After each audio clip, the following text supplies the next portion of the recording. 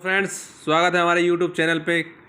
पिछली वीडियो में हमने टॉस के थ्योरी ऑफ स्ट्रक्चर का चैप्टर 1 कर लिया था, determinacy and indeterminacy of structure. Second chapter में हम पढ़ेंगे मेथड ऑफ स्ट्रक्चर एनालिसिस।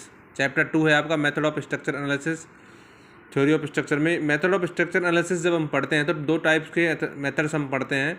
इसमें डिफरेंट टाइप्स के मेथड होते हैं। जैसे एक तो फोर्स मेथड होता है जिसका नाम दूसरा है फोर्स और फ्लेक्सिबल मेथड, दूसरा है आपका डिस्प्लेसमेंट मेथड और स्टिफनेस मेथड। डिस्प्लेसमेंट का दूसरा नाम है आपका स्टिफनेस मेथड। डिस्प्लेसमेंट में आपके slope deflection method, movement distribution method, Kani's method, stiffness matrix method, इनके बारे में हम पढ़ेंगे। कभी कभी सवाल में पूछता है कि इन कौन कौन से मेथड डिस्प्लेसमेंट मेथड होते हैं, कौन सा नहीं होता है। चार ऑप्शन में कोई डिस्प्लेसमेंट मेथड होगा तो और सब फोर्स मेथड होंगे। उसी प्रकार से force method, minimum strain energy method, Maxwell Mohr's method and consistent deformation method, ये फोर्स मेथड है। आप कोई एक याद कर लीजिए, डिस्प्लेसमेंट के याद कर लोगे तो जो भी बच रहे हैं वो सारे फोर्स के मेथड होंगे।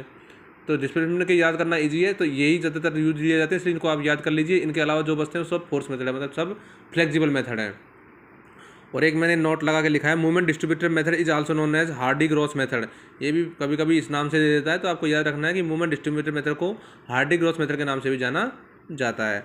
नोट लगाए यहाँ पे देखिए, the force flexible method consider redundant force as unknown. जो फोर्स मेथड होते हैं, जितने भी फ्लेक्सिबल मेथड है मतलब फोर्स मेथड हैं, उनमें हम redundant force as a unknown अपन कंसिडर करके चलते हैं। समझे? यदि पूछा जाए कि किस फोर्स मेथड या डिस्प्लेसमेंट मेथड किस मेथड में हम रिडंडेंट फोर्स अननोन कंसिडर करते हैं, तो वो कौन सा मेथड होगा? फोर्स मेथड होगा। और इसके अंदर the displacement compatibility at nodes gives simultaneous equation for these unknowns. मतलब इन अननोन्स के लिए simultaneous equation the displacement compatibility at nodes से प्राप्त होती है आपको। ठीक है, तो ये आपको याद रखना है। कभी कभी ऑब्जेक्टिव में पूछा जाता है, दोनों में के लिए अलग अलग होता है, फोर्स के लिए अलग है, डिस्प्लेसमेंट के लिए अलग है। उसी प्रकार द डिस्प्लेसमेंट मतलब stiffness method consider degree of freedom. Displacement method के अंदर हम डिग्री ऑफ फ्रीडम को कंसिडर करके चलते हैं। Independent displacement component at joint to be unknowns. ठीक है, जैसे इसमें हमने बताया था consider redundant force as unknown, इसमें degree of freedom independent displacement component at joint to be unknowns होते हैं। The force equilibrium equation at the node give for simultaneous equation for these unknown.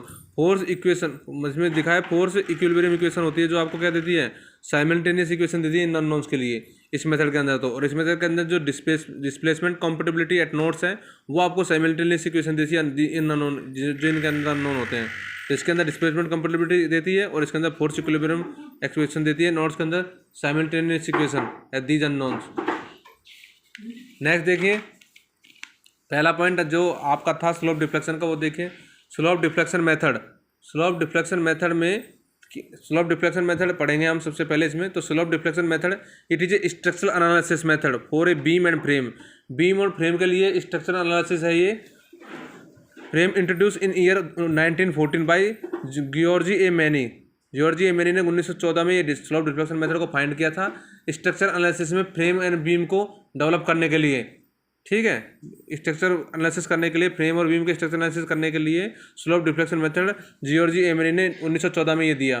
ठीक है, the slope deflection was widely use for more than a decade until movement distribution method was developed. Slope deflection method बहुत ज़्यादा use किया जाता था, तब तक movement distribution method नहीं आया था। तो उससे पहले हम स्लोप डिफ्लेक्शन मेथड ही यूज करते थे फिक्स एंड मूवमेंट निकालने के लिए, फाइनल मूवमेंट निकालने के लिए किसी बीम और फ्रेम के अंदर, या फिर इसकी वजह से हम किसी के लिए एसएफडी बीएमडी भी हम ड्रॉ कर सकते थे। जब मूवमेंट डिस्ट्रीब्यूशन मेथड नहीं था तब स्लोप डिफ्लेक्शन मेथड ही काम लेता। कई दशकों तक ये स्लोप डिफ्लेक्शन लिखा है ना, more than A decades until movement distribution method was developed. जब तक मूवमेंट डिस्ट्रीब्यूशन नहीं आया तब तक कई दशकों तक स्लोप डिफ्लेक्शन से ही हम काम चलाते थे। उसी से हम फिक्स एंड मूवमेंट निकालते थे। ठीक है, उसी से फाइनल मूवमेंट निकालते थे और उसी किसी बीम और फ्रेम का हम फाइनल एंड मूवमेंट निकाल के उसका एसएफडी बीएमडी ड्रॉ कर देते थे। ठीक है, तो यहाँ पे जैसे मैं एक एग्जांपल स्लोप डिफ्लेक्शन के लिए आपको बता रहा हूँ, इससे आपको पता भी लग जाएगा कि बीम के अंदर फिक्स एंड मूवमेंट कौन से होते हैं, स्लोप डिफ्लेक्शन इक्वेशन कौन सी होती है। ठीक है, इक्विलिब्रियम इक्वेशन कौन सी होती है, मतलब कंडीशन जो इक्विलिब्रियम कंडीशन होती है वो कौन सी होती है, फाइनल मूवमेंट हम कैसे निकालते हैं। तो इस एग्जांपल से आपको सब समझ में आ जाएगा। ठीक है, तो ये आपका एग्जांपल है, दोनों तरफ से फिक्स है, यहाँ यूडीएल लगा है, बीच में रोलर सपोर्ट है। ये इसेंट्रिक पॉइंट लोड है, मतलब सेंटर पे नहीं लगा हुआ है ये पॉइंट लोड, ये 1 मीटर और 2 मीटर पे लगा हुआ है। यदि 1.5 मीटर पे लगा होता तो मतलब सेंटर पॉइंट लोड रहता। तो ये लिखा हुआ है इसमें find final movement for a beam by slope deflection method. ठीक है, तो स्टेप 1 में हमको सबसे पहले निकालना होता है फिक्स एंड मूवमेंट। तो फिक्स एंड मूवमेंट निकालने के लिए सबसे पहले ए बी का निकालेंगे, फिर बी ए का निकालेंगे, बी सी का निकालेंगे, फिर सी बी का निकालेंगे। तो M F A B fix and movement at B. तो यहाँ पे fix and movement A B का निकालते तो यूडीएल लगा हुआ है। जब यूडीएल लगा हुआ होता है बीम के अंदर तो हम फिक्स एंड मूवमेंट निकालेंगे तो जब एम ए बी की तरफ चलेंगे, मतलब कि लेफ्ट से राइट की ओर चलेंगे, तो आपका minus W L square upon 12 होगा। तो यहाँ वैल्यू डब्ल्यू आपका 10 है, एल आपका कितना है, एल आपका गिवन कितना है, डब्ल्यू एल स्क्वायर अपॉन 12। ये आपको डब्ल्यू एल स्क्वायर 12 से करेंगे तो आपको यहाँ से मिल जाएगी एम एफ ए बी की वैल्यू। उसी प्रकार आपको M F B A positive होगा, B A W L square upon 12। तो ये नेगेटिव वैल्यू थी, और तो एल और डब्ल्यू की वैल्यू तो सेम है, तो ये आपको क्या मिल जाएगी, अब आपको यहाँ से यही वैल्यू पॉजिटिविटी में मिल जाएगी। ओके, नेक्स्ट है आपका एम एफ बी सी और एम एफ सी बी। ये आपका गलत लिखा है, 8 नहीं है, ये 5 मीटर होगा, ठीक है, तब जाके ये वैल्यू मिलेगी। ये 5 मीटर लिखा हुआ है, 8 गलती से लिख दिया, इसको आप 5 मीटर आप इसको कर सकते हो, ठीक है। 5 है ये, जो ये होगा वो आपको 5 होगा, पेन चल नहीं रहा है, ये आपका 5 मीटर होगा।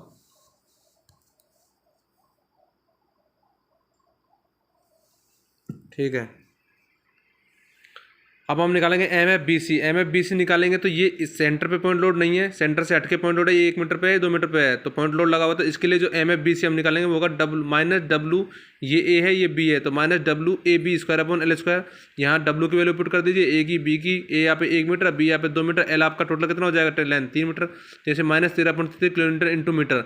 इसकी जो यूनिट होगी वो होगी किलोमीटर इंटू मीटर होगी। M F fix and movement at C B, M F C B, तो ये कैसे होगा, डब्ल्यू ए, अब इधर से जब यहाँ में A B square L square A B square किया था, यहाँ पे होगा बी ए स्क्वायर, तो यहाँ होगा डब्ल्यू बी ए स्क्वायर अपॉन एल स्क्वायर। तो यहाँ वैल्यू पुट कर दीजिए, ये वाली वैल्यू आपकी फिक्स एंड मूवमेंट की अलग होगी। ओके, हमें यहाँ पे फिक्स एंड मूवमेंट मिल गए सब इक्वेशन के। जब आपके सेंटर पे पॉइंट लोडिंग नहीं होती तब आप बीम के लिए आपका जो फिक्स एंड मूवमेंट होगा वो W A B square upon L square से निकालेंगे, और जब आपका यूडीएल लगा होता है तब आपको fix and movement W L square upon 12 से निकालेंगे। यदि ये पॉइंट लोड पे होता, मतलब सेंटर पे पॉइंट लोड होता तो अपन डब्ल्यू एल बाई 8 से निकालते, ठीक है, ये होता है। नेक्स्ट आपका स्टेप 2 है स्लोप डिफ्लेक्शन इक्वेशन। तो स्लोप डिफ्लेक्शन इक्वेशन भी कभी कभी ऑब्जेक्टिव में भी पूछता है, किसी भी बीम के लिए स्लोप डिफ्लेक्शन इक्वेशन क्या होगी, और फिक्स एंड मूवमेंट भी पूछ रहा है, इसलिए मैं आपको बड़ा सवाल करा रहा हूँ, ठीक है। तो M A B fix and movement, अब इसके लिए अंदर निकला स्लोप डिफ्लेक्शन इक्वेशन होती है। एम ए बी के लिए स्लोप इक्वेशन होगी fix and movement at A B plus में 2EI upon L 2 theta A plus theta B minus 3 delta upon L. तो एम एफ ए बी आपको पता है, ये रहा माइनस 20 अपॉन 20.833 प्लस में 2EI अपॉन एल कितना है आपका ए बी सेक्शन के लिए 5 मीटर इंटू में 2 थीटा ए।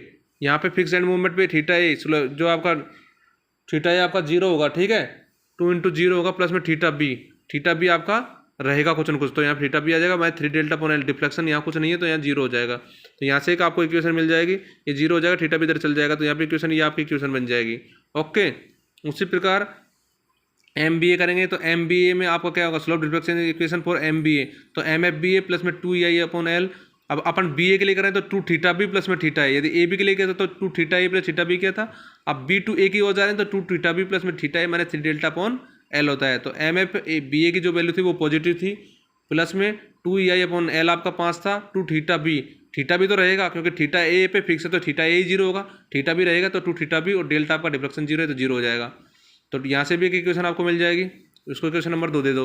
अब बात करते हैं MBC की, तो फिक्स MBC ये वाले की MBC की बात करेंगे तो MBC में fix and movement eight BC plus में 2EI अपॉन एल, और B से C की हो जा रहे हैं तो 2 थीटा बी प्लस में थीटा सी माइनस 3 डेल्टा अपॉन एल होता है। तो MFBC की वैल्यू क्या है, MFBC की वैल्यू यदि माइनस 13.33 है, ठीक है, तो MFBC की वैल्यू यहाँ पुट कर दी माइनस 13.33 प्लस में 2EI अपॉन एल, एल आपका क्या है 3 और 2 थीटा बी आपका क्या है, थीटा बी तो फिक्स नहीं है तो थीटा बी की कोई कोई वैल्यू रहेगी, प्लस में थीटा सी आपका थीटा सी फिक्स है तो आपका क्या हो जाएगा 0, थीटा सी 0 फिक्स लिख रखा है इस पर, तो यहाँ पे MFBC की इक्वेशन आपको मिल जाएगी।